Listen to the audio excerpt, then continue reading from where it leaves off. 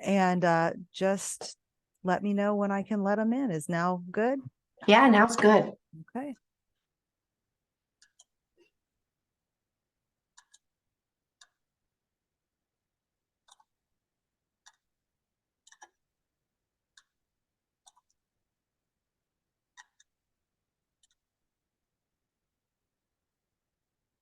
I'm not seeing people come in.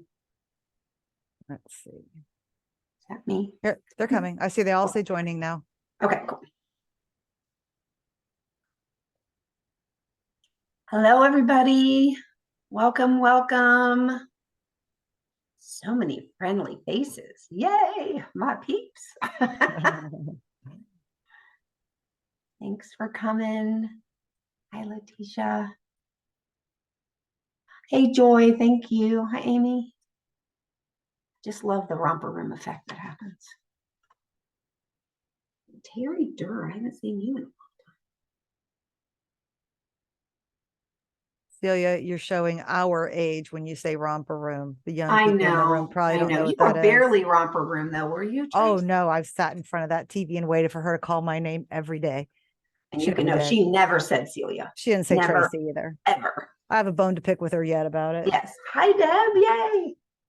Oh, and Kelly. Kelly Hilton. Good to see you. Folks, I don't get to see on the regular. This is really cool. All right, we're going to give folks just a couple more minutes.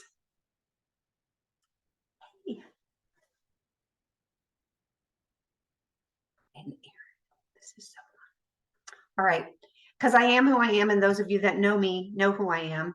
Anybody who's willing and able to put your camera on, I'm a camera girl. I love to see people's faces, but I get we're multitasking and stuff. This space overall is going to be an interactive space. So I know this has been short notice, and many of you might be juggling a couple of things, but moving forward, plan around it and give space for it because it'll be a very cool interactive space that's built for and by you.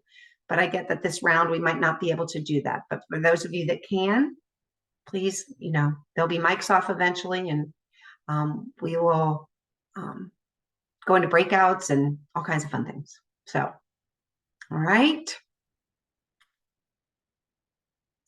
So you guys all saw the poll. I want to make sure that you guys know as we do these polls, we'll do this every time. If any of you have come into Charting Life Course spaces in the past or FRNO spaces or NISONGER and USAID spaces for that matter, you know that we often do those polls. I want to make sure that you know that the reason we ask those questions is because we are held accountable through our funders to ensure that we are reaching the all and that we are analyzing and making sure that we are reaching all communities in our efforts. And so they request that we report out to them our efforts in doing so. So that's why you're asked those questions at the beginning.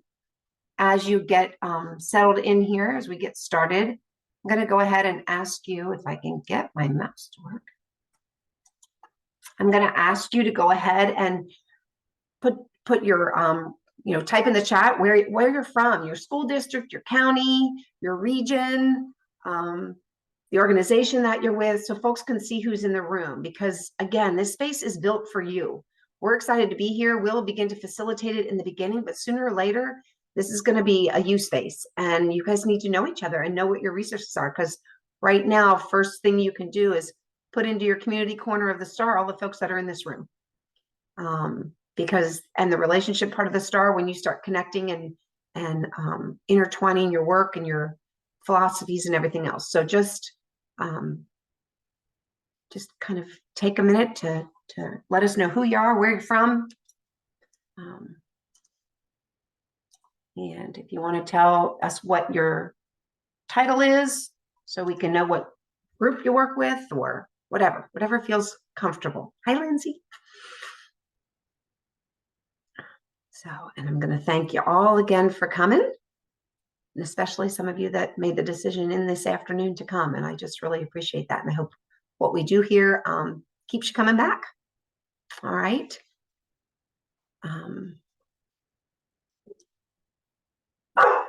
Oh, of course my dog barks. I'm so sorry. Hold on.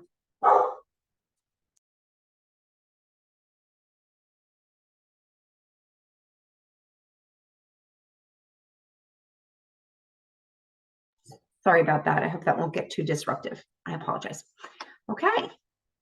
So here we are in what we are currently calling the Charting the Life Course Supporting Families and Students Community of Practice. And it is the official first meeting of such. We'll keep playing around with that as you guys develop your mission and our ideas of what we're trying to do in this space. It may evolve differently. This space was created at the request of the Ohio Department of Education and the Office for Exceptional Children. I'm going to take a minute first. A lot of you guys will know some of the folks in this room, to introduce a couple of folks that are involved in this work. So first and foremost, I'm going to let Tracy and Erica introduce themselves. They're at the Neissergler Center, and they are the hands-on supporters and curators of the Family Resource Network of Ohio. So I'm going to let the two of them introduce themselves. Thank you. Like Celia said, I'm Tracy Mans. I am the project manager for the Family Resource Network of Ohio here at Neissergler. We work with both the Ohio Department of Developmental Disabilities and the Ohio Department of Education. Erica will type the FRNO website into the chat here for us. If you haven't visited us, I hope that you do. Also, I will tell you that I not only work as a professional in the field, but I am the mother of a now 25-year-old. I'm starting to get old. I don't think he's getting old, but I'm getting old when I say his age, 25-year-old son with autism. And then I'll turn it over to you, Erica. Go ahead and introduce yourself. Hi, I'm Eric Young. I'm also, as mentioned, I work at Neissergler here at Family Resource Network of Ohio. I'm kind of Tracy's assistant, and I got the fancy title of project manager coordinator. So I kind of help design like the calendar, where I just shared the link in the chat for you guys. Definitely take a look at it because it has a lot of events going on right now. And yeah, it's pretty informational. Sorry, I'm kind of new to this, so bear with me. Yeah, thank you. And any suggestions that you guys have as we move forward to make things easier, please don't hesitate to communicate those with myself, Tracy, and Lindsay. There is another quiet square in the group of squares. Barb Safaris is also part of the strong and mighty team of FRNO as a consultant. She's currently working with, there she is, she turned the camera on. Barb, if you want to introduce yourself real quick. Hi, everybody. I'm Barb Safaris. I apologize. I'm in a hotel room, so with poor internet connection. So I'm trying to keep the camera off. I consult with and work with the Family Resource Network of Ohio, and I've met a lot of you on Zoom. And so I am also a family member and have worked in the schools, have worked for the county board, have been a DSP, and was a licensed speech language pathologist. So all of this work around supporting and empowering people is right in line with my passion as a sibling and as a speech language pathologist. So very excited to see so many of you here. Thanks, Celia. No problem. Thank you. And then I want to give, and we didn't talk about this ahead of time, but Lindsay, do you want to introduce yourself real quick? They might all know you, but let's go ahead and do it. Thank you. I do see a lot of familiar faces. Hi, I'm Lindsay Havey. I work at the Office for Exceptional Children at the Ohio Department of Education. I was brought into this work because I oversee several of our offices engagement projects, and I work very closely with Dr. Sarah Brooks, who is the Assistant Director of our Supports and Monitoring team, and a major champion of bringing Charting a Life course and all of this community of practice and ambassador initiative to Ohio. Sarah can't be here today, but she will probably be here in the future. Thanks, Lindsay. So you have got a mighty team that wants to make sure that you guys know and have opportunities to grow this framework in the work that you do right where you do it. That's really the purpose of this and this space, is so that you can talk to each other and learn from each other. So it will always be built around sharing and learning, and come to this space expecting to share. That's going to be how your peers are able to connect and get great ideas and the brainstorming that happens. Any of you guys who have worked directly with me know I love to sit and go, what if we did that? What about this? What about this? And that's kind of what this space is going to be about. And it will morph into what you as you direct us into more of what you need as a community of practice. So going back to what is a community of practice, the polls just popped up again. If you guys hadn't had a chance to answer those, please go ahead and do so. But a community of practice is a group of people who are passionate about something. And in this space, the original community of practice, the national community of practice that began the Charting the Life Course work in the US and developed the concepts that are behind it and ran the stakeholder meetings that led to the development of Charting the Life Course, is the national community of practice supporting individuals and families with developmental and intellectual disabilities. So our Ohio community of practice supporting families was developed in 2016. And that was developed through a conjoined effort between the Department of the Ohio Department of Developmental Disabilities, our DD Council, both of the University Centers of Excellence in Developmental Disabilities, which include Nysonger and where Tracy and Erica Youngstead, and then it includes the University of Cincinnati Center for Excellence in Developmental Disabilities, which in partnership with Children's Hospital sit down in Southwest Ohio. And so I just share with you, now we're developing this new space. We're going to be talking about it specifically with families and students and professionals in the education realm, and passionate about supporting them in their life to have a vision for a future that includes everything that they want and all the people that they want in it, just like the rest of us all get. So it's really about coming together and learning about something, others are doing, and learn how to do what we're passionate about better by interacting regularly, sharing stories, and supporting each other to think into the future about what else can be done. And that's what this space will be about. It'll be for an hour and a half quarterly. You now should have, if you downloaded, you'll have all the dates on your calendar to continue to join us in this. The more of you that come, the more of you that talk, the more all of you are going to get out of this process and this opportunity.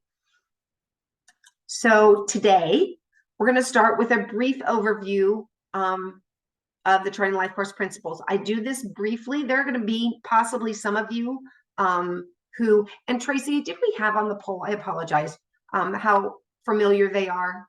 Because I can gauge. Yeah, it's on there, but the CoP polls are not recording for the first time ever. Oh. That's happened to me. So we're skipping the polls today, and you might just have to ask everybody.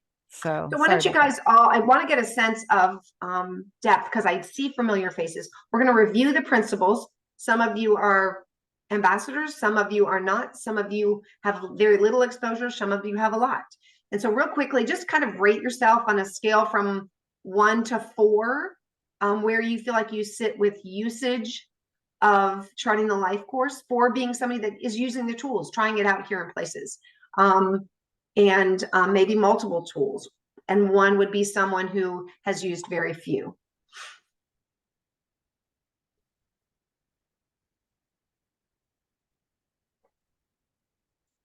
Okay, thanks for coming, Michelle. I see you.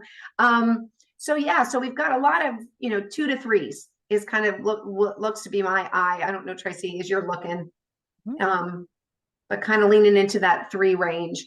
But we've got some newbies too. So I'm going to go over this. Bear with me. I always said whenever I saw the Charting the Life Course information, every time I saw it, I saw a new thing. So hang in with me if you think it's familiar. While we just walk through the basic principles as a reminder to everybody. And then as we move forward after that, we're going to share some stories. We're going to have some folks here that I kind of tapped on the shoulder and said, would you be willing to share what you've done or how you've done it? And the beautiful thing about doing that in this space is that they are specific to how they've used them to support a family of a student, or to support themselves in their role as a family member or as a professional with a student. So it'll have that focus for you. And then we're going to go into breakout rooms, and there'll be an expectation in that breakout room that you'll be cameras off, mics off as much as you can, so that there's real interaction and rich conversation. Cameras on, mics on. Oh, did I say off? Yeah. I'm so sorry, cameras on, microphones on, in order to be able to be sharing information. And you're going to talk specifically about where you've used it in your work. And those of you that are newer, you're going to listen, and at the end, you're going to go, wow, based on what I've heard, this is where I think I might want to play with it a little bit or think about it a little bit, and just one actionable step of something that you might want to do with it. And then we'll share with you some upcoming things and things that you can join. And I'm telling you, there's a lot. There's a lot going on in our universe, and we're very excited about it. And closing remarks. I will tell you guys at the front end of this that I will, after you go into breakout rooms, Barb will step into this role of facilitation along with Tracy, because I will be jumping off to another space I have to be. So let's jump on it. So I wanted to, those of you who aren't familiar with the work that started prior to our conversation with the Ohio Department of Education and the Office for Exceptional Children, I want to share with you this trajectory. So the trajectory is a Charting the Life course tool that we use often. It is a way to begin planning or exploring ideas about how to move forward in a future. And it can be done with an individual, a student, a teacher, but it can also be done within an organization. And this particular trajectory that you're looking at was developed across time, I think probably across 1.5 years to when we landed on this one, for our original community of practice that the Ohio developmental disability field, in our original creation of the community of practice, developed. And it was that idea that we really, what we wanted as our end result, what we were leaning into, what we were moving towards, was that idea that people, individuals and families would use this framework and tools to plan and problem solve and really start thinking about, what do I want in my life, and figure out how to create, develop, and plan for it. And that professionals would recognize it and use it, the information that families and people shared, in order to support them and empower them to have that life that they wanted to live, right? And what it did overall is it creates this understandable and common language. And so that is where the power lies. What they were trying to avoid was simply the idea that in this, that it becomes so much about the forms, or that the forms are not seen, and the information is not valued, and that they aren't forms. I want to go back to that they really are these worksheets where we can have a free flow of ideas, and that the paper belongs to the student and the family. It is not ours as anybody who is a professional in this room. And that those ideas, those desires, those visions for their life or their planning are of value, and that they are not they are valued, and they present the perspectives of the family and of the student. So I want to make sure that we know that moving forward. And so that's kind of where we landed after 1 year or so of talking about, what is this thing we're building? Why are we doing it? Why are we encouraging the conversations, et cetera, here in Ohio? And that was, so I think that's an important place to start. So these 8 principles, these 8 guiding principles that are Charting the Life course, will be familiar to a number of you, but I want to make sure that you guys kind of know where we land or how we started. So one of the first principles is the principle of all. And what this really means is all people.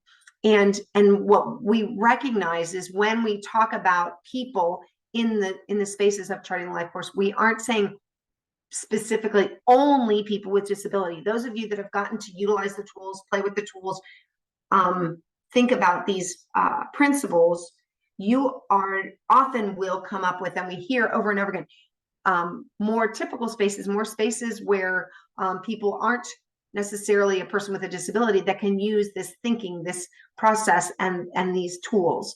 And so really it's about the all people. But when we look at this triangle that you see there, as those of you who have gone through ambassador training or gone through a 101 training, you're going to hear us talk about this triangle. And that is representing the idea that out of the 100% of individuals in life with disability, we only serve a small portion of those with direct services, direct funding.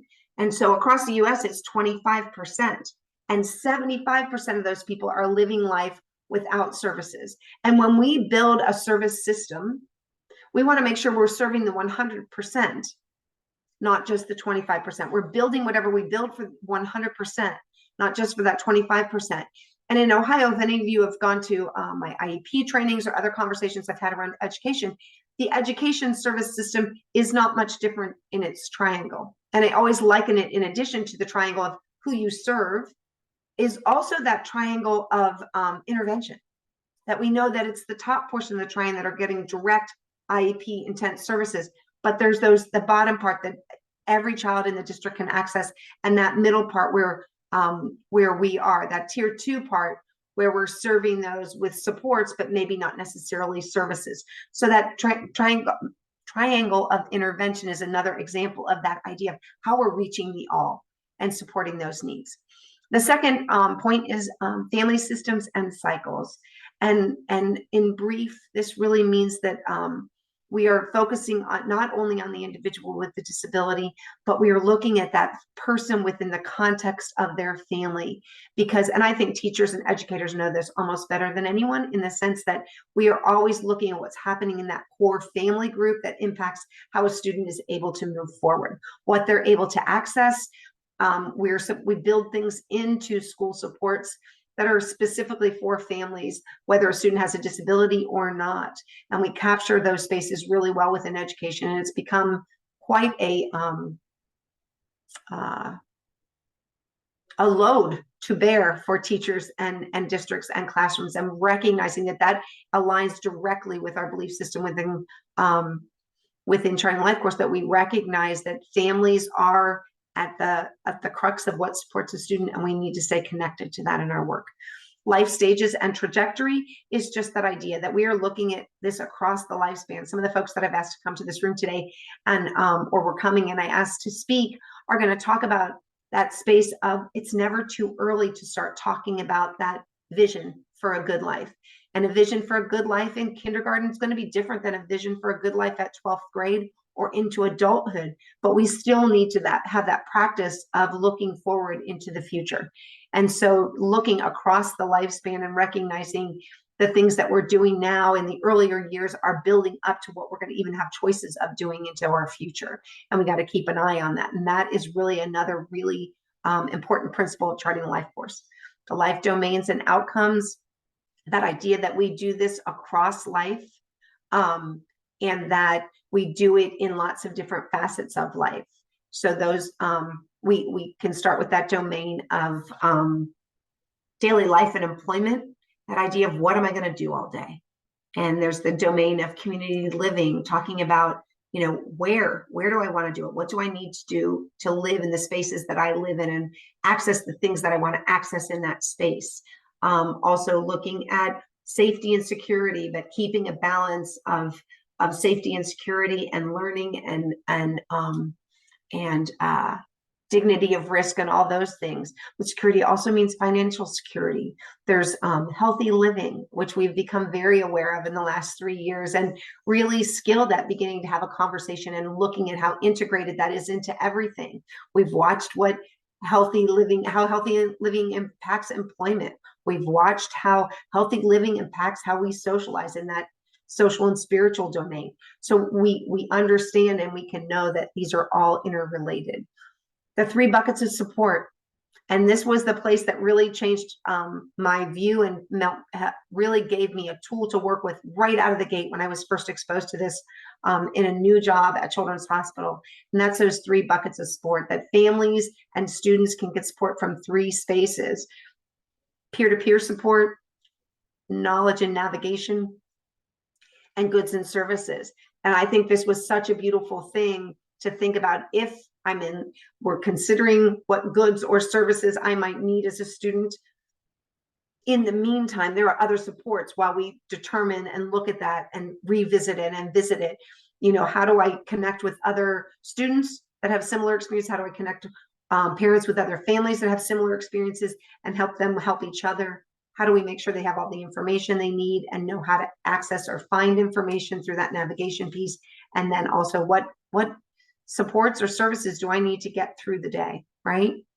And then the integrated support star, which is an idea of how to look beyond. For me, it's that space of looking beyond the service system for supports, and to really look at that and take the statement that I heard from Barb Ferris when I began to work with her very early on, that a life of eligibility is not a life. We don't only live with what we're eligible for. None of us would have that full life that we want. So knowing that there's 5 other points to the star, one being eligibility, which I always encourage folks to look at last, but most important, personal strengths and assets, relationships, community, technology, and what do I have access to, and what do I want to grow access to, and how do I do that, and thinking about that in that way. And then last, policy and systems, and that's right where you're sitting right now. We are impacting policy, we're impacting systems, we're impacting viewpoints, we're bringing these ideas of these tenets to the forefront to the educational system, and the impact of those of you that were willing to jump in grassroots early on. We're seeing right here in this room, and that first group of core ambassadors that were trained, some of you I know are in this room, this is really going to be impactful. And when we got 32 more in training now, and there's going to be, I believe, 32 more either this spring or next fall. So this is ongoing, and it's a huge commitment, and the impact that you all are going to have on this system is going to be phenomenal, and for families and for students is going to be amazing. And I can't wait to hear what's going to come out of this. So now we can take a deep breath because that's a lot.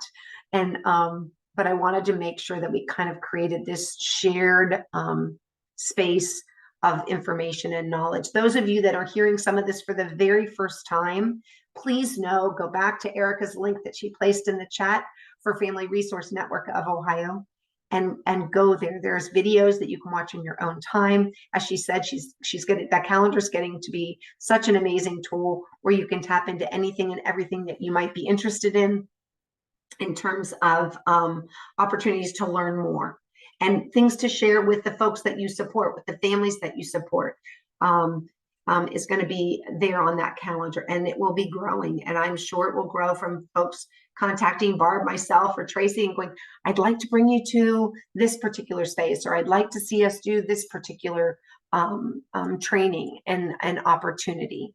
So I didn't realize I didn't slip through that. I thought I had switched my slides, so I'm sorry to look at that one real quick. All of this lends itself to this space right here. This is really what we're talking about ultimately when we talk about charting the life course. And that is, how do we support students and families to access this belief system that all people have the right to live, love, work, play, learn, and pursue their aspirations in their community. That's the why. That's the why of all of it. That's why after the stakeholders meeting, they began to have these community of practice meetings. That's why out of the community of practice meetings bubbled up these conversations that led to those tenets. And then out of those came tools to make that easier for individuals and families to have those conversations. And that's how we ended up here. So it's going to do nothing but grow. And I'm excited that you're here. I hope you're excited. The last thing I want to kind of bring in as a tenet is this idea of the triangle. And this is something that's always been there, but we're talking about it a little bit more. And for those of you that do know me, I'm down in Southwest Ohio. My kids were products of the public Montessori school system. And so this concept is near and dear to my heart because of how we were trained as parents to think. And that is that we create this triangle of support for this child that we're educating, right? And no different in these spaces. And that includes the child themselves, and they're always at the top. And then down on that left-hand side, that circle of families that support. And in Charting the Life Course, family isn't necessarily blood-related family. It is those folks that support us. I affectionately call it family at our house. And that's friends that are family, people that are important, people that want to see change and difference for those that you care about. And then that systems and professional space is that other circle. And when we do the work of Charting the Life Course, when we have these really rich conversations about what someone wants or doesn't want, about how to plan or explore ideas that help individuals or families feel more supported, conversations about how I might support myself beyond what I'm eligible for, all the things that the tools encourage us to do, and the conversations they encourage us to have.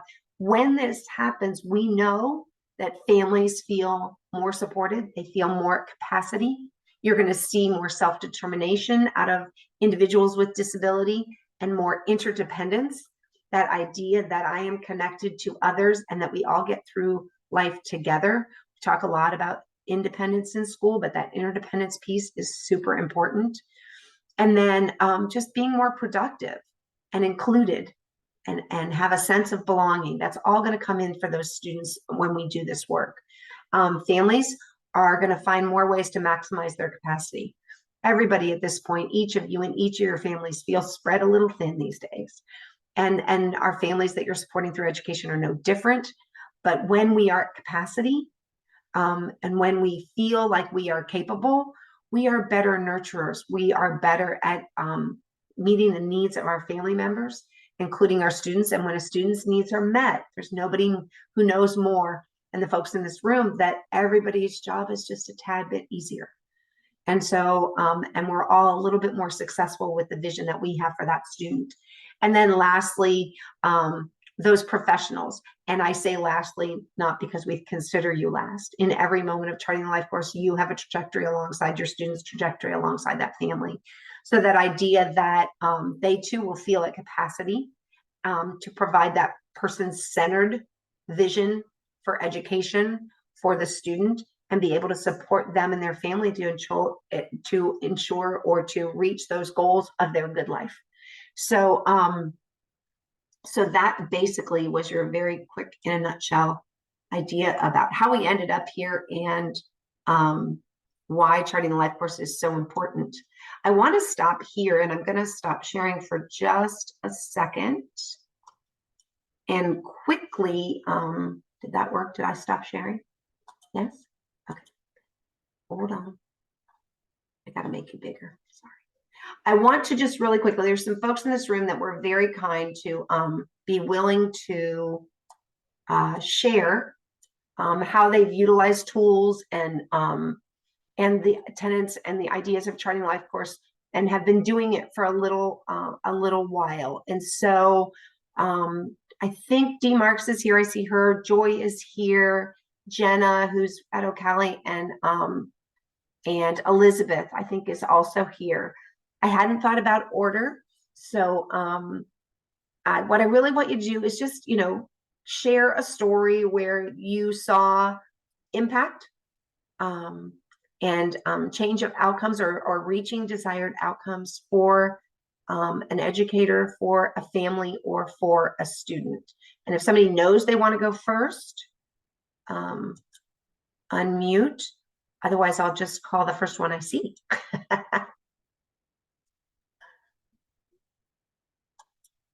All right, I'm going to grab a hold of you, Dee, because you're right smack in the middle of my page. You knew it, didn't you? Have the biggest head, and that's why it makes that. Yeah, thanks for asking me to do this. And I actually just had a situation recently that I saw it change the outcome for the student, the family, and the educators. So there was a win 3 ways over. We had a student who we were having the conversation in the IEP meeting that age of majority was coming. And so, explaining to the family members what that meant, and making sure the student knew what it meant for him. And it opened a door for a conversation. He stated in the meeting that, well, I just don't want what my mom and dad want. And everybody was kind of blown away, because mom and dad have led these IEP meetings, right? Ever since, preschool. And so I said, well, how about we sit down and we talk and figure out what you want? And so I sat down and I met with him, and his parents were there. And we decided to do a trajectory for him, focus on what he wanted and what he didn't want.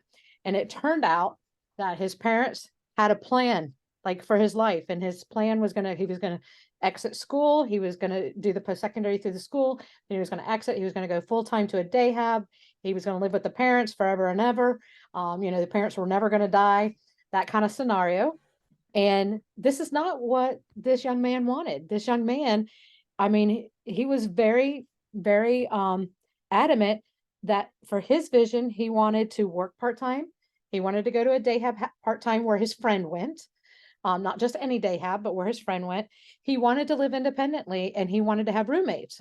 And his parents were like, well, you can't even make your own food. How are you going to live independently? And so we had a long conversation about what a provider does. And they had not been accessing their Franklin County Board of Developmental Disabilities, the waiver through the Medicaid waiver, with that concept in mind. It had always been just kind of a babysitter versus a teaching skills piece. And so we did his trajectory, and then we brought it back to the IEP team and incorporated it as part of his transition in the IEP, Section 5.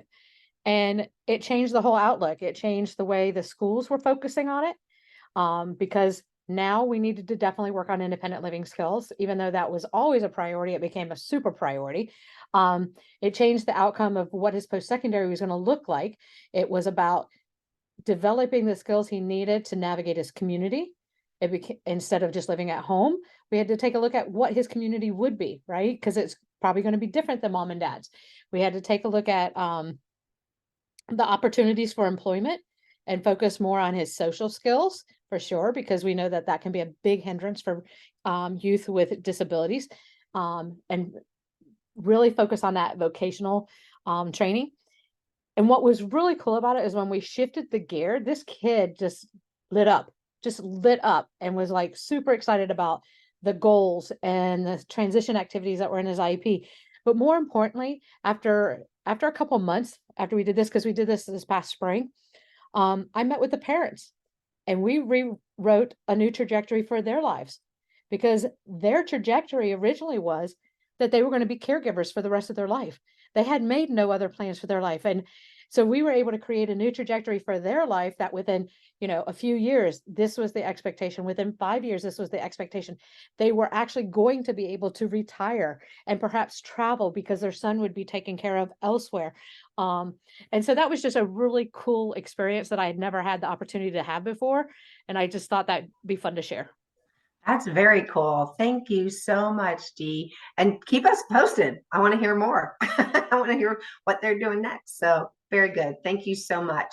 I'm going to jump into, we'll go down to the opposite side of the spectrum. And Joy, do you want to just give us a quick scenario story of a family that you worked with in an impact? Sure. So I use Charting the Life course as part of the visioning part for the IEB for my families. And when I do it, I invite everybody to do it. We do it as a community. So there's one section that the child does it with their classmates, and the other section, they do it with their family. So mom, dad, brothers, sisters, grandma, and grandpa. So I did it with one family. And it was just amazing watching the families go from, well, what should I say, to just sharing what they want for their daughter. And they just became very, very empowered. And it was really exciting to watch. And they kept talking about, I can do this. I could share this with other families. I'm really excited. Did you hear what I said?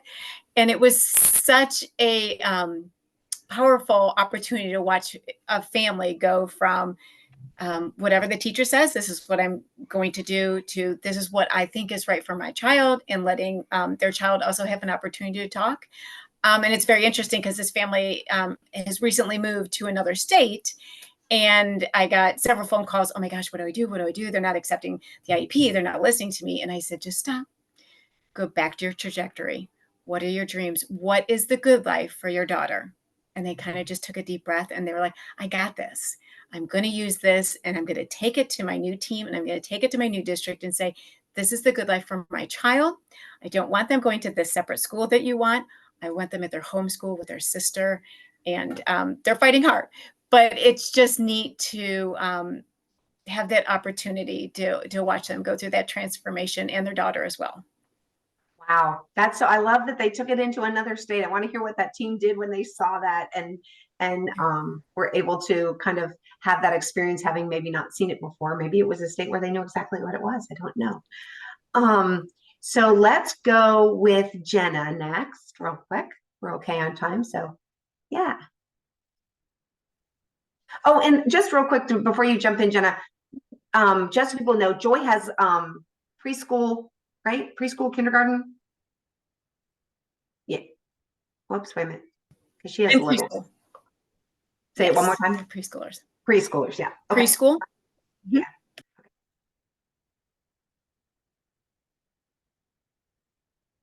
Go ahead, Jenna. Me? Okay. Hi, Sorry. Hi. I'm Jenna. I work at Ocali. Yeah, and the first story that came to mind when Celia was asking me about this was a young woman that I had the pleasure of meeting recently. She was having a hard time with her transition team at high school because she felt like they just kind of kept steering her towards these programs that they had. And she had, she had really good things to say about the programs that they were offering. She had friends who had taken advantage of them, just relationships that the school had already kind of set up in the community. So some community work experiences and things like that. But she had a very clear idea of the kind of work that she wanted to get into as an adult, and didn't feel like the programs that she was being offered were going to prepare her well for that. She had a really big heart for getting into advocacy around disability rights, and potentially getting into lobbying and affecting legislation and those kinds of things. So she used primarily the trajectory tool and the integrated support star to present her vision to her team. This is where I would like to go in my adult life. And then, kind of using the integrated support star to put together really almost like her own sort of internship program of here are all the resources that I have access to, and here's where I maybe need some help connecting, but these are the types of skills and connections and relationships that would really help move me towards the career path that I want to go on. And she was able to, help them see that, oh, okay, there are these other ways of learning how to work. There are other ways of connecting with the community, and had a really positive and successful experience with that. So I was really glad for her, and then also just glad that her education team was able to get that exposure and that really positive experience with Charting the Life course too. That's very cool. I haven't heard that story yet, so thanks, Jenna. That's awesome. All right, we got 2 left. We might run a little over, so be as concise as you can, but I don't want to miss the story, so I'm not willing to only do one.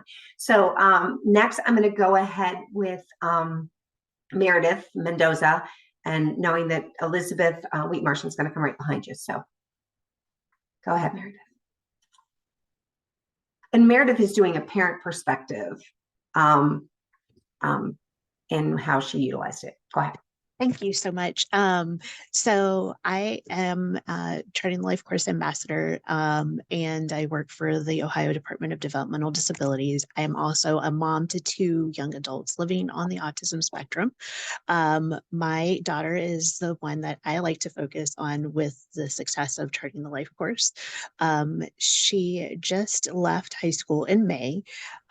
We pulled her from a public school, and she went to a charter school. When she was in public school, they wanted to really work on, okay, we've got to work on this transition plan. Let's look at Ohio Means Jobs.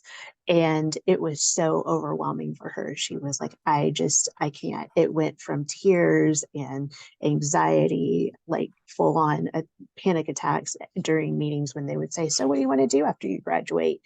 To fast forward to the past month or so, she's gone on about 20 different interviews, no less than 20 interviews for jobs, because she's been able to use the framework and use those tools. So she's not walking into a job interview with a trajectory or anything like that. But we were able to get Charting the Life course into her IEP as a tool for job exploration and for future planning, instead of looking at a big tool like Ohio Means Jobs and okay, well, when you grow up, like, what do you want to do? She went from being feeling like people were doing her a favor by giving her a job, and now she walks into a job interview and she says, this is what I can offer you. And she's really grown tremendously. So Beautiful. Thank you yeah. so much. I Thanks, always want to Celia. make sure, and as you guys see, this room is a space for everyone. And I think what we're going to get and how we can make that the richest space is when we hear voices from all parts of, or all three parts of that triangle. Okay, lastly, is Elizabeth still here? I know she's there. You are, Elizabeth. Go ahead. Can you give us a couple Hey minutes guys, more? my name is Elizabeth Wheatmerchant, and I also work at O'Callaghan with Jenna. I used Charting the Life course a lot when I was job coaching, and we used the integrated STAR to problem solve around different things that were happening on the job. So for instance, my fella who I was job coaching was really struggling with understanding how to call off work, like what the whole process was. He just thought he told somebody and he was out the door and like all good. Like, check the box, right? So we use the STAR to talk about, what are different technology strategies that we can use to make sure that you are following all the steps? Who are some safe people that you can talk to? Like, who do you need to notify?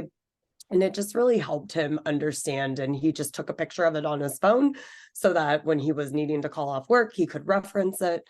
And it was very quick. And we use that for lots of different things, not just that one particular instance, but the STAR has helped a lot with my students. And especially since they could just pop a picture of it on their phone and pull it out as like a natural support when they were doing something or trying to problem solve around something.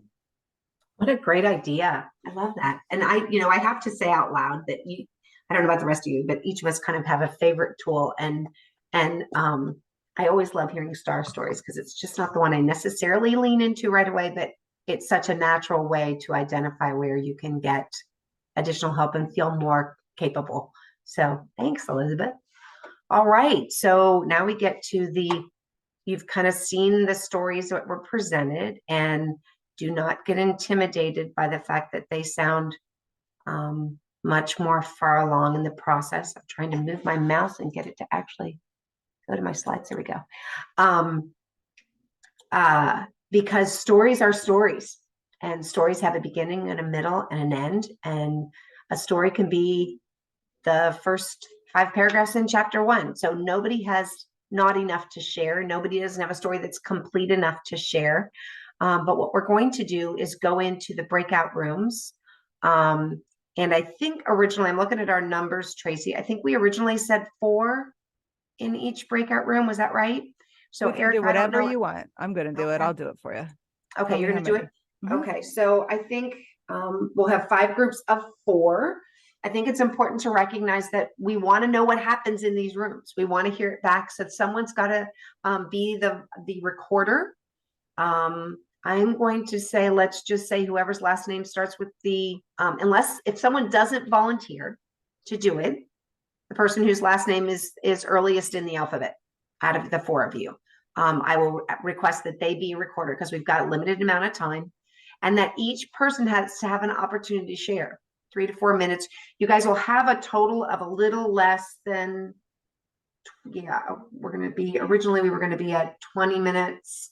So now we'll be closer to 15. So 2 to 3 minutes each.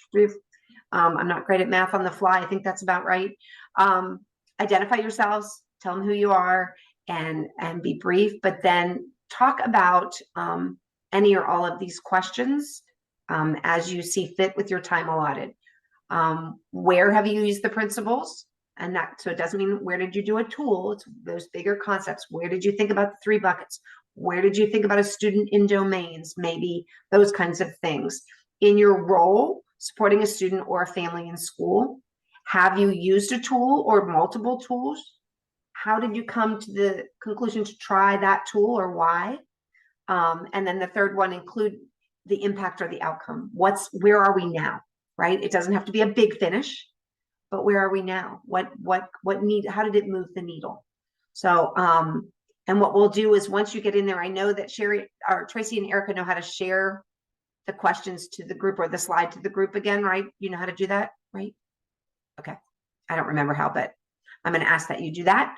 And we're going to go ahead and put you in groups, and you'll have about 15 minutes.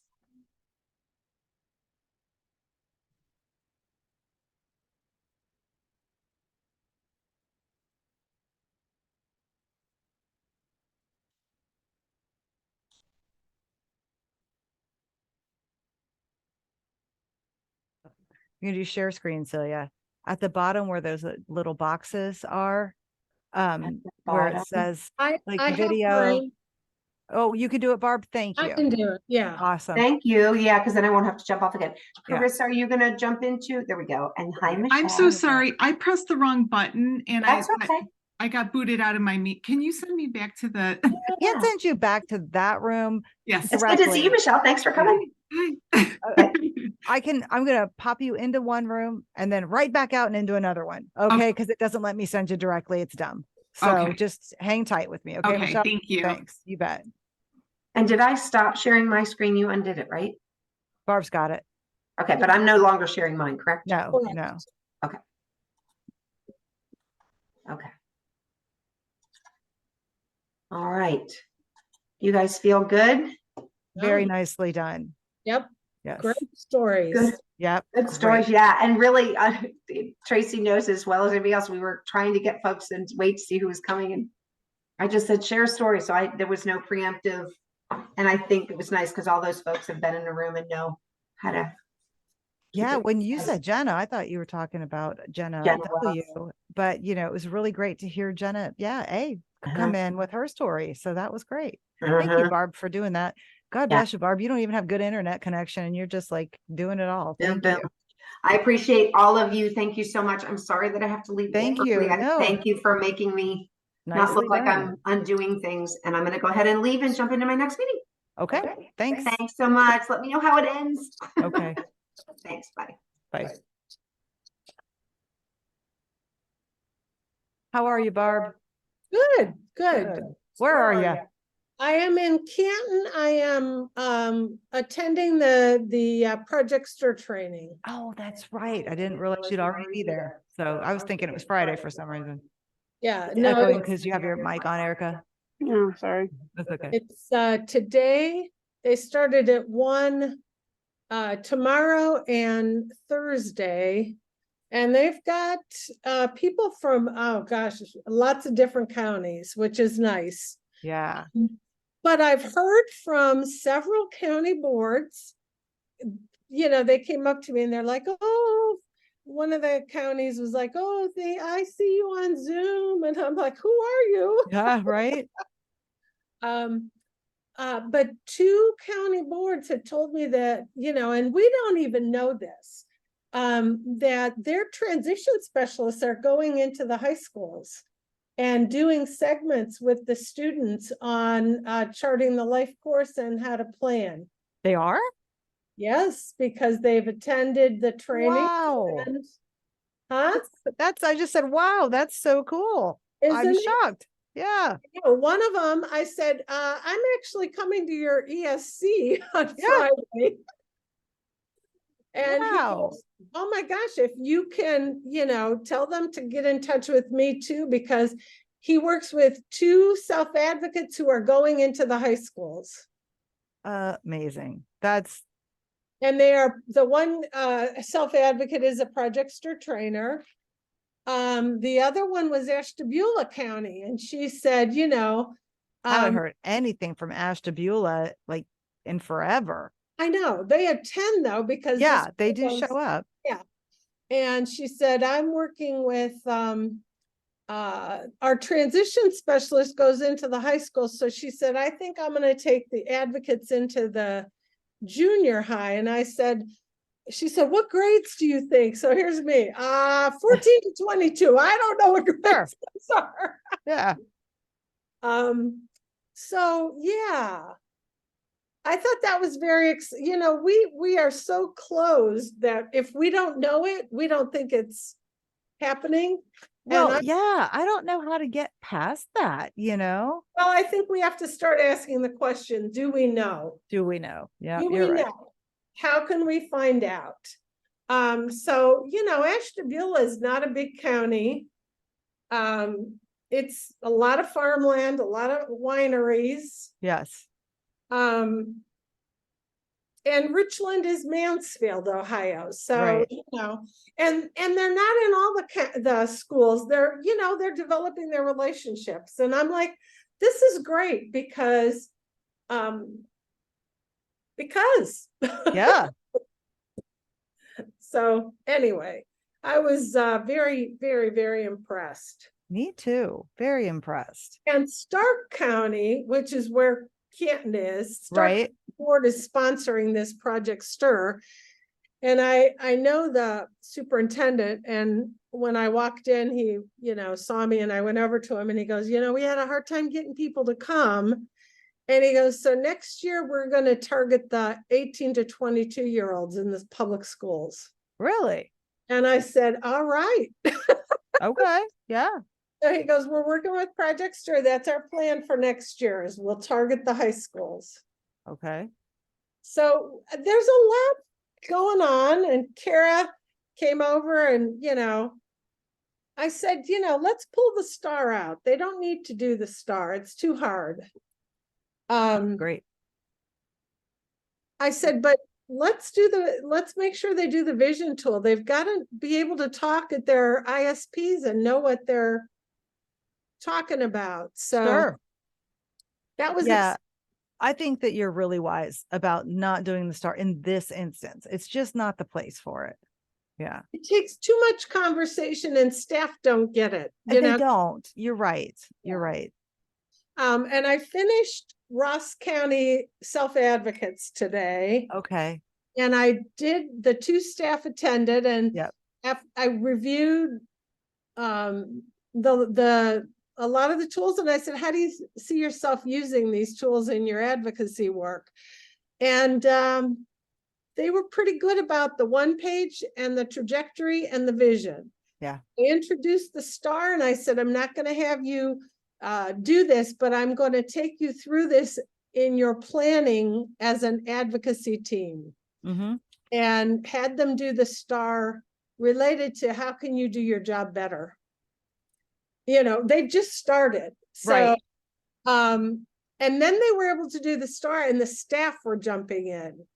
Well, you know, we could do this. Well, you know, we could go use the public library. Well, you know, we could go to the parks. So that was exciting. And I told Courtney, I said, Courtney, please, if you know, you're taking them through, you're onboarding them. Yes. But once you get to, let's set it up, please reach out to me. I'm happy to help you do anything. So I'm really glad you said that, because I feel strongly that right there is where things get lost, right? Yep. Like, it sounds good, we're ready, and then the implementation happens, and it's somehow, you know, we don't know exactly how to do it. There's a little something that goes on, and so it falls away. So I love that you volunteered to, hey, when you're ready to implement this, call me, we'll do it together. Let me take that burden off of you. That's wonderful. And I'm happy to even, you know, my slides, I did pictures. Sure. Almost everything. And I said to the gentleman, I said, I know you can read. I asked Courtney, I said, but everybody that you talk to is not going to be able to read. Right. Not necessarily, for sure. So, you know that. Yeah, so we'll see. And I had a phone call with Amy Freeman. She texted me and said, can you talk today? And they're having some challenges changing curriculum. And she goes, but then she was telling me all the other ways that she's implementing. I said, start sharing that. Yeah. Share that in your staff meetings. And then don't worry that, you know, the trainers are people that have done this for 20, 30 years, and they don't see the value of integrating. Right. I said, start talking about how wonderful it is and how it's impacted people's lives. And then, see about just putting someone in to do that section that is passionate. And she goes, and at the end of the call, she goes, or doing a separate training. I said, or doing a separate training. Yeah. Oh, we got Becky in here. Yeah. Hi, Becky. Are you just joining us or did you lose your room? I was on and then I had to log off, but I'm back Oh. on. So Okay. Well, Mhm. everybody's in breakout rooms, but they're going to be back in 3 minutes. Would you Okay. like to join for 3 or just hang out with us? I'll just hang out. Okay. Hang out and Thanks. chat with us. Okay. The questions are on the screen, Okay. and you're Yeah. welcome. We're happy to chat with you about any of them, or you can just listen to us chat about all the exciting things going on. Hmm. Have you been able to, what's your experience with charting the life course, Becky? So I'm a parent mentor with Oh, Hamilton great. City Schools. Yes. So are So- you, or have you been in any of our ambassador programs? I have not. I have Okay. not. We have a transition coordinator. So just trying to figure out, I mean, she is going to be in, of course, with their high schoolers with that transition age. So I work with all of them. So I'm just trying to see how I can incorporate it with our younger kiddos and the families as Oh, well. that's great. Mhm. I'm so glad you're here. This is just a perfect place to be. Thank you for Mhm. joining us. Mm-hmm. Love it. Mm-hmm. And Becky, Hamilton Schools is where? It's in Butler County. So we're like Okay, 30 Butler. minutes from Children's. Yeah. Yeah. Okay. Okay. Mhm. Because I knew Hamilton Schools was not in Hamilton County, but Right. Correct. I Yep, we're here in Butler County. So I know Lakota, Terry Dirt is on with Lakota. Yeah. Mm-hmm. nice. Mm-hmm. We have quite a few people from Lakota register for this meeting, so that's exciting. That's cool. Yeah.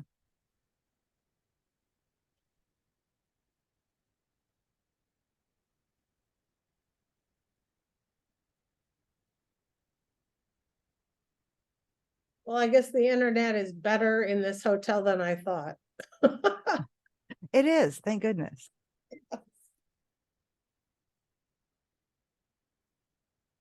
All right. Hi, Tammy. I'm here because I have to leave, but I guess Okay. you guys had to see that first. I did share though before I left and I tried to stay as long as I could. So thank you guys, but I have another meeting to get We on. understand. Thanks so much for coming, Tammy. Take Thank care. you. Bye-bye. Bye-bye.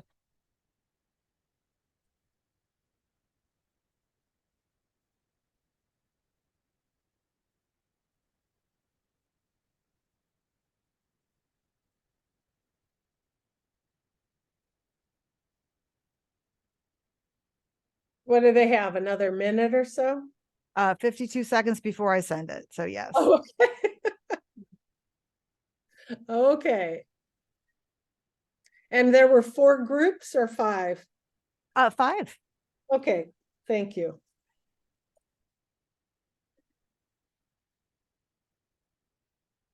All right, we're going to go ahead and broadcast it now, just a few seconds early just to do it, and broadcast. And then close the room. So I'll be back in a minute. Awesome, thank you. Erica, that flyer is very Barbie-like. Right? Very I was trendy not- right now. Yes, it's very trendy. I like pink. So, I'm one of those women who liked pink before it became the Barbie color. Same. But Barbie is very empowering. I was pretty leery about going to see the movie, but I was very, very pleasantly surprised. Oh, there's 6 rooms, no? Oh, is there? I thought there was 5. Oh, yeah, there is. There's 6 rooms. Sorry about that, Barb. That's okay, that's okay.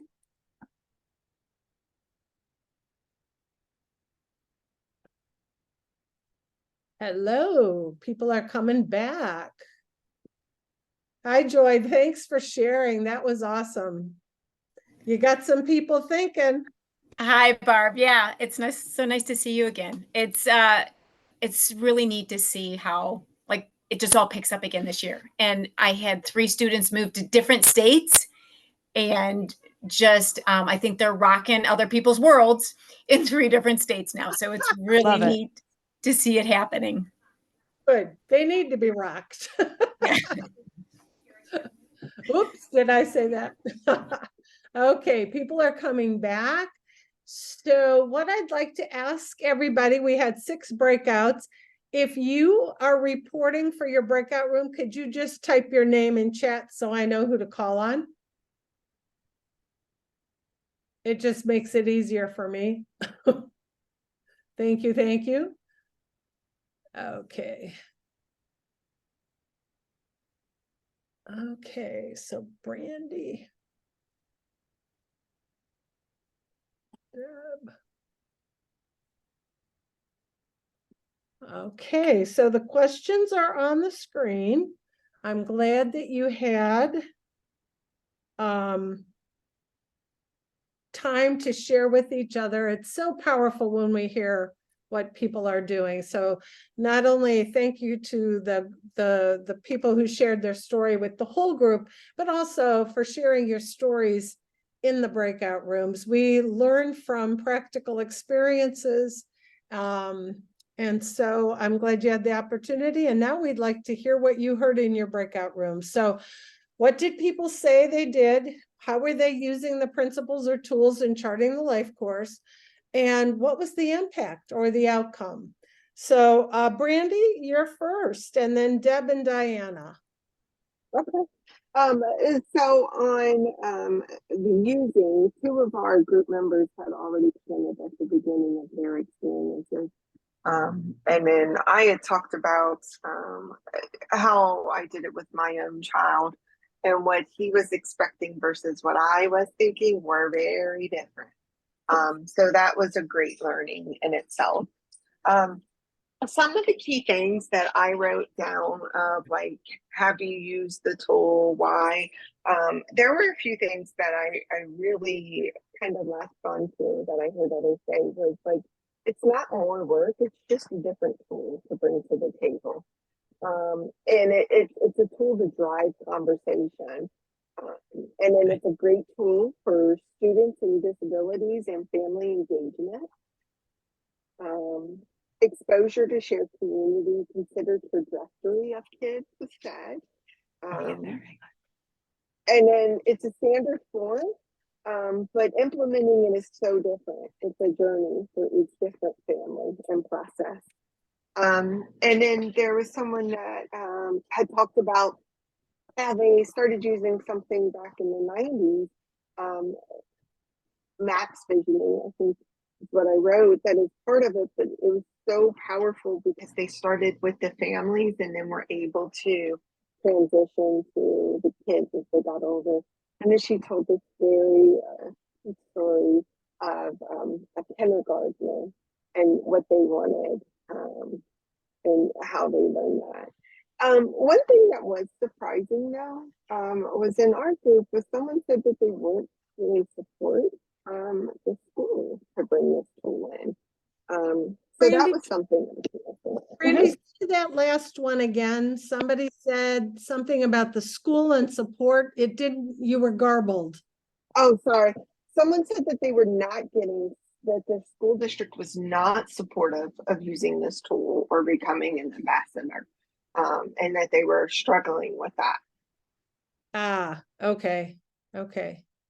Thank you so much for reporting. A couple of things. First of all, I'm glad that you said that you used this with your own child and you could see that you each had a different perspective. And that's what I love about charting the life course. It's not the family versus the person or the student, but we value the perspectives, the different perspectives, that whole concept of the person in the context of family, and that we listen to both.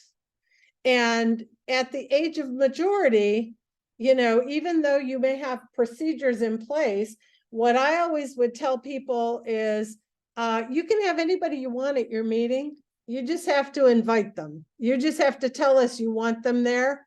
And it's okay if they have a different perspective, because I don't know what family you grew up in, but all of us in my family did not agree on things, and we value the differences, because part of supporting families is also finding out why there are differences and helping them work through those differences. So thank you for saying that. And thank you for sharing that someone said their school district is not supportive of them becoming an ambassador. But I don't know anybody who can tell us, no, you cannot bring a trajectory to a meeting, because we value we want information from the person and the family. And if anyone says, no, you cannot bring that and share it, then there's another issue. It's not about the tool. So thank you for sharing that. I appreciate that. Deb. Okay, so I wanted to just say that some people just don't want change. They may have been in the system forever, and you're asking them to shift. And if they could just experience it. Anyway, I just use the tools that they don't even see me. I still use them. Okay, so my group, we had Gabrielle. She's new with Charting the Life course. She does staff development. She's also a licensed school psychologist. She's with the Ohio Parent Mentor Project. This is really new, and so she hasn't had a chance to use anything. But she's excited to get the full story, not just the compliance aspect of using the tool. So I thought that was a pretty cool statement. And I find it interesting now that I'm seeing more and more charter-like school considering using it. Tammy had to get off, but she works for OCECD. She has 2 young adult daughters with disabilities. She said she does a lot of training and onboarding for her staff. They have maybe a staff of 20 people throughout the state. They even developed their own community of practice within the organization, which I thought was pretty cool. They have about 20 people. Okay, so one parent was fearful of her son turning 18, and they were able to help her process future planning, come alongside her to basically take some of that fear away. So that was one main impact, as she said. And then Jenna Wells, she's with USED and Parent to Parent Connection in Cincinnati. They started a nonprofit, help me out, Jen, a nonprofit support group for families because they felt like the school district was not listening to their needs or understanding what they wanted. So there were a lot of gaps where the district was, maybe just say the district was underserved. So the goal is to create a bridge for better communication between parent and school, so much like Charting the Life course tool. And they also have a Facebook page. I did ask if anyone could be part of that support group. She said they can, but they have to have the understanding of the goal of the meeting. And they do have members. So let's say an outsider can't be a voting member. Hope that helped, Jen. and then we ran out of time. Okay, well, thank you, Deb. I'm really excited to hear that OCECD has an agency community of practice. 20 people, that's awesome. You know, I always tell people becoming an ambassador is the beginning, not the end. And you have to continue to use and learn. And so setting up a community of practice in your own agency also shows that you have a culture of learning and growth. So that's exciting to hear. Thank you for sharing that. Diana, and then Meredith. And we would like to hear highlights. So thank you. So hello, in my group, Stephanie is a new parent mentor, and she's in the ambassador group that's just now starting. And she's a new parent mentor. So she hopes to use this in her work, of course, and also with her teenage daughter. And I also am just getting started with one of the new ambassador groups. I work as a school psychologist in a charter school, and our special ed director wants me to start using the tools with our staff alongside with our students and just start incorporating it into things.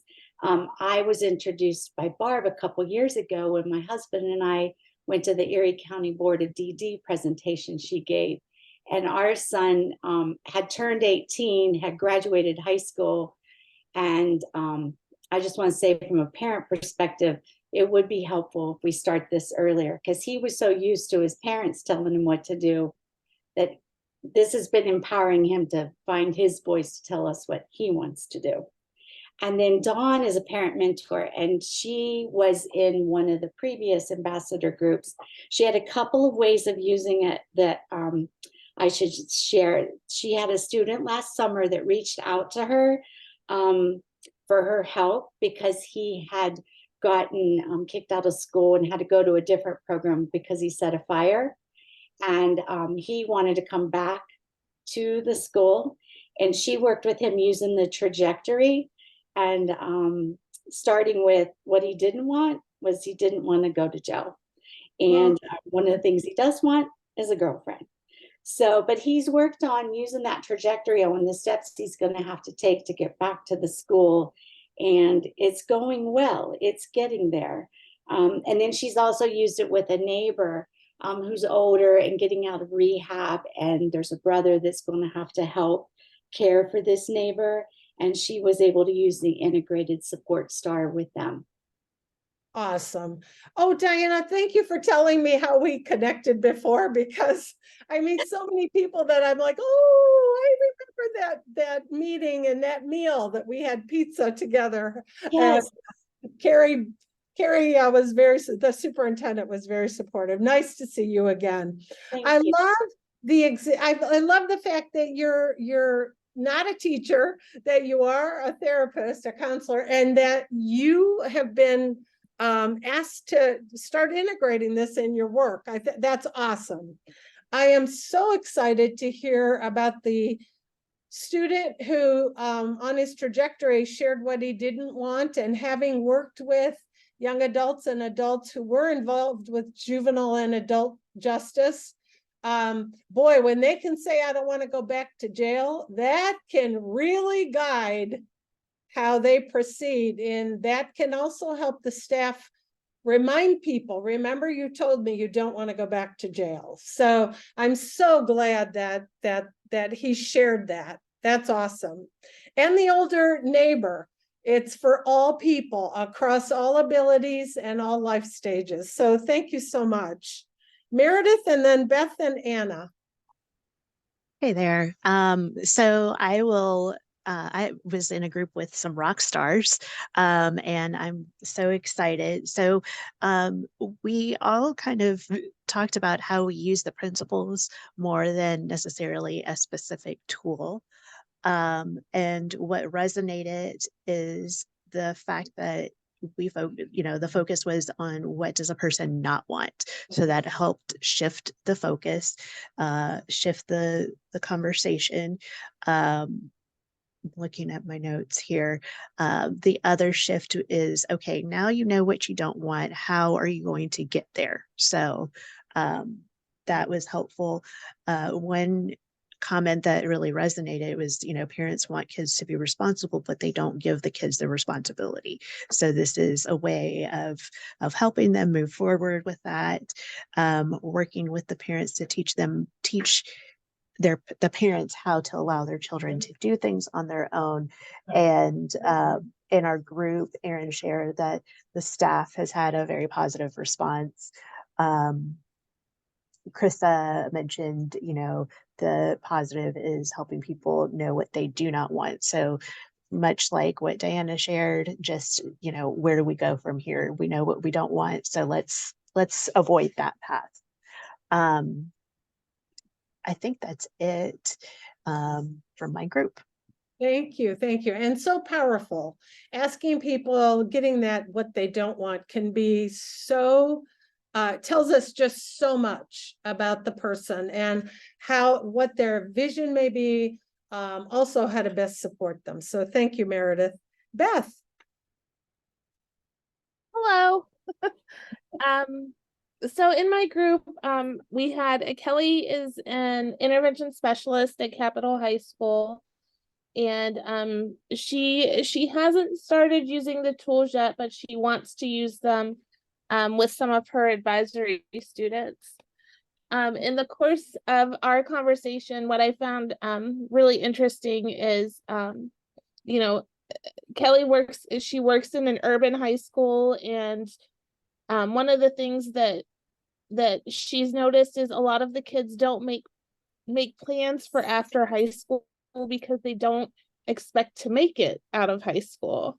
They see their friends pass away, and they're involved in different activities that would probably are not so good.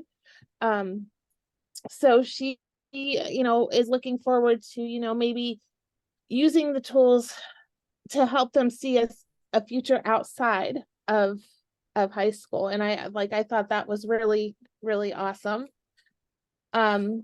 Also in my group was Michelle. Michelle is a fellow parent mentor in Geauga County, and she is part of the newbie class of ambassadors that just recently started. So she is just learning about the tool. She hasn't even done her first homework assignment yet.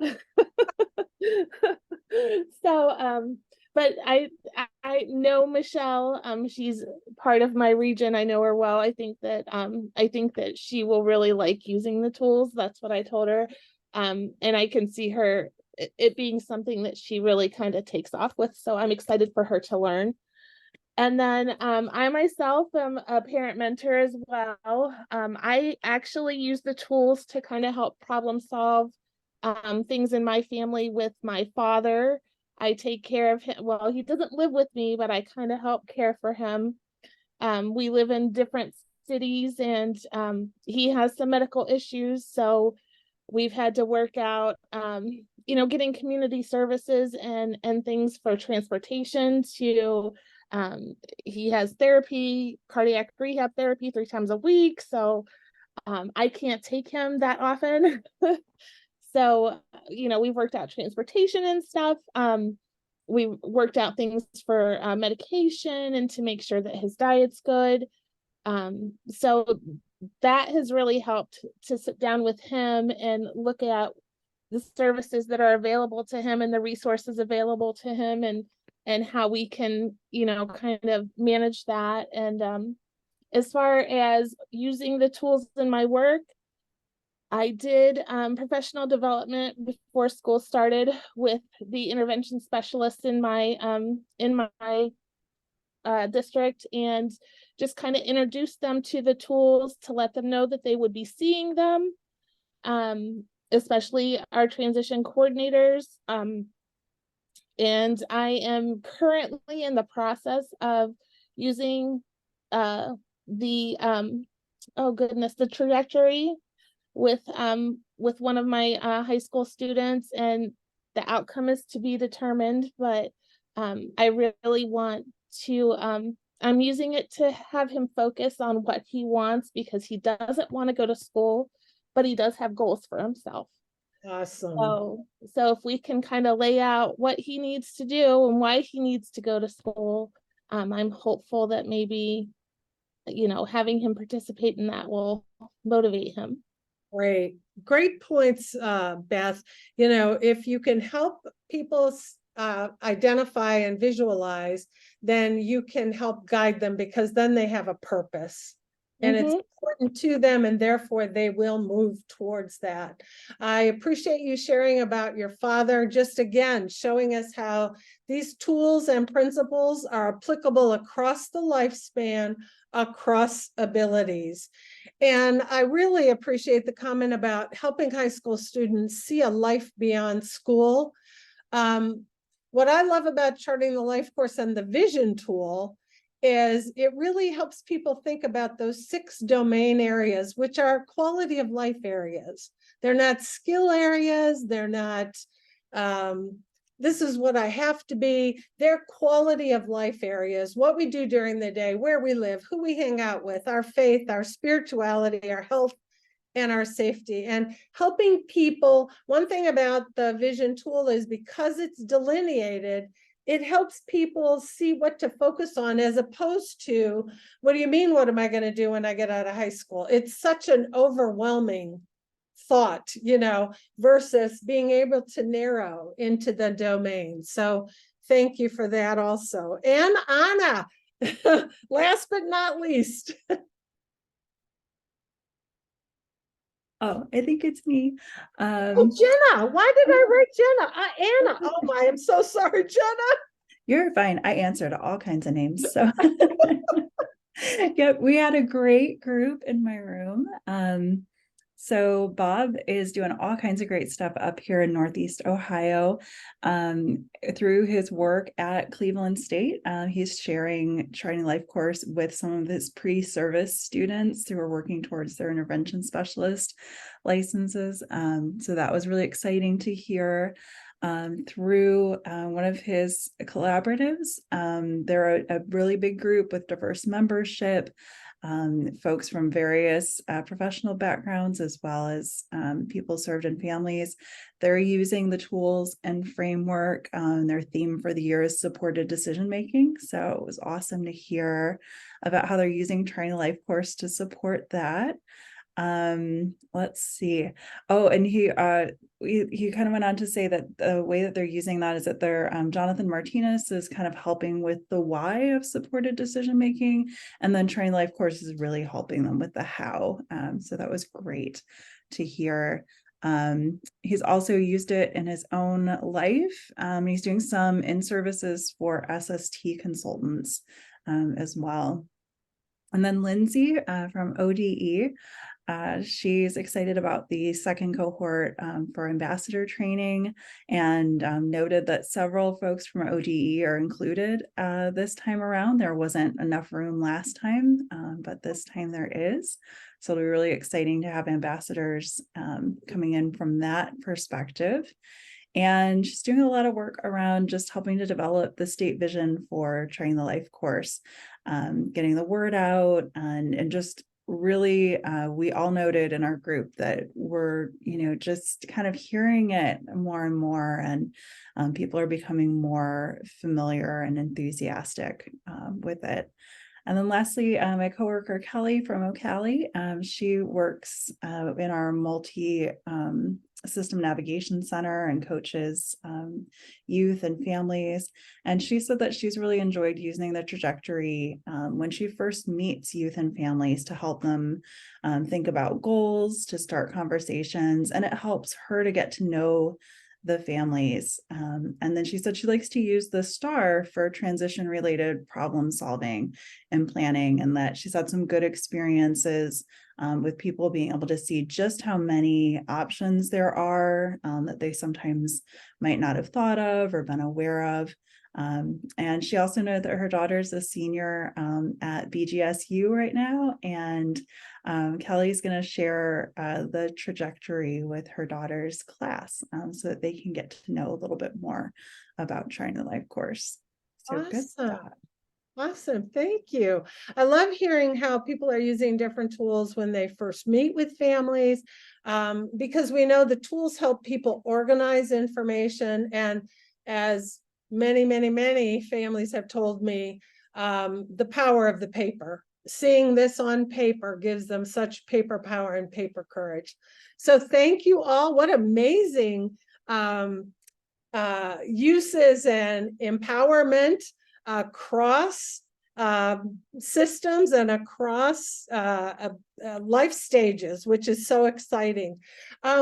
If you could take a minute and type in chat what you liked about this, our first COP, it will help us plan.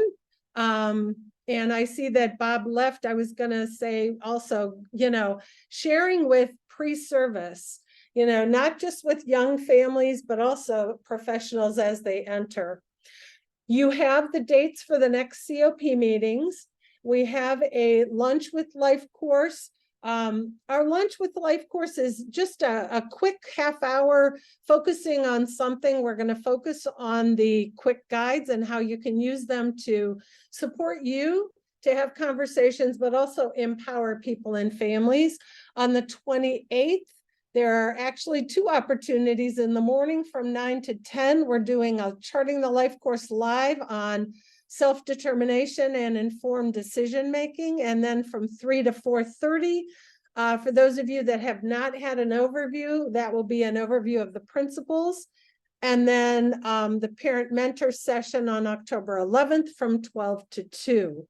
So if you could type in chat your feedback, what you liked about this COP, and check out our Family Resource Network of Ohio page. When you go to it, you can sign up and get information about all of the opportunities.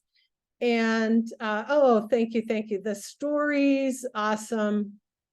The Lunch with Life course, so much richness, absolutely, Jenna. The ways people are using the diversity across life stages and abilities is awesome. So we look forward to seeing you at our next opportunity. We appreciate your feedback, and we will look at it to see.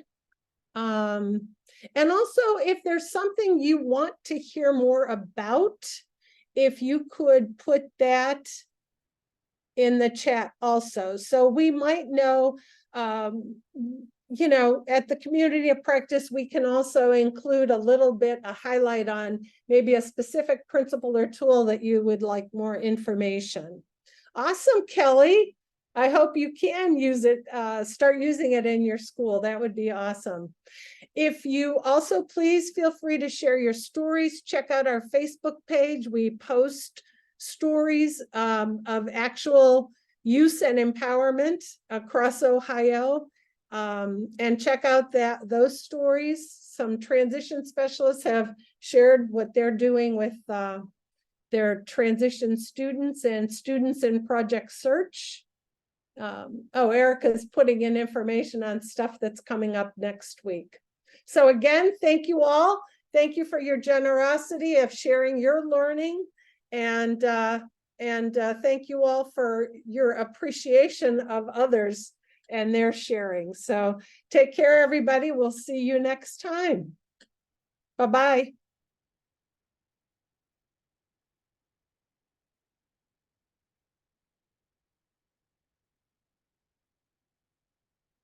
Oh, great feedback. Thank you.